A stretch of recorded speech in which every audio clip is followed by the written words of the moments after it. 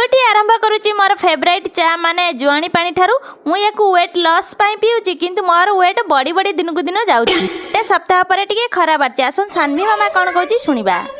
chicken खाइबा जी